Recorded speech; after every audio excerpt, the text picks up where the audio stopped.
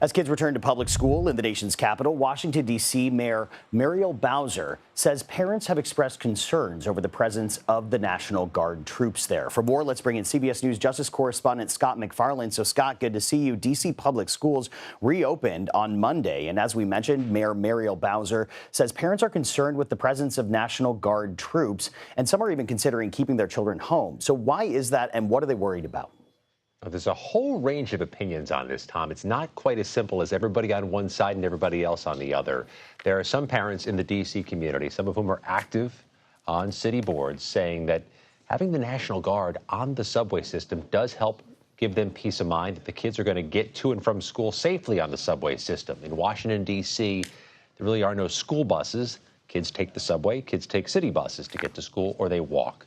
Maybe they're better protected. But there's another group, another potentially growing group of parents and community leaders who say just the sight of those military Humvees, those armed National Guard members, may not register with a 12-year-old the way you think, that it may be intimidating, it may be scarring to see a militarized city as you're trying to walk to school and go into 7th grade. Take a listen to one community leader from Southeast Washington, D.C., who serves kids of that age group, tweens and teens. Just the other day, I was talking to a young man, 3.9 actually, GPA, and he doesn't hang out outside, but he said, when Miss Hardy, when I looked out my window, I was so scared.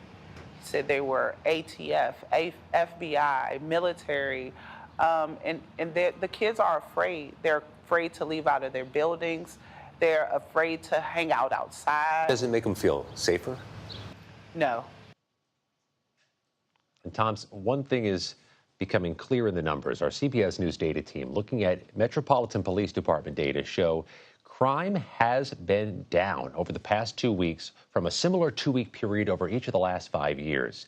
Robberies down 60%, thefts of cars down 23%, assaults down 40%. But the question is, Tom, is this making everybody, especially school-age kids and their parents, feel safer?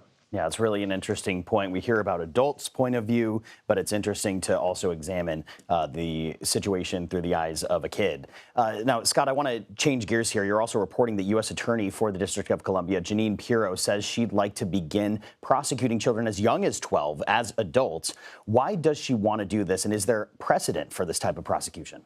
The U.S. Attorney has said on multiple occasions now she wants the power to prosecute some teenagers who are committing very adult crimes. There was issues with that in 2023 in particular. She told another media outlet last night, perhaps as young as 12.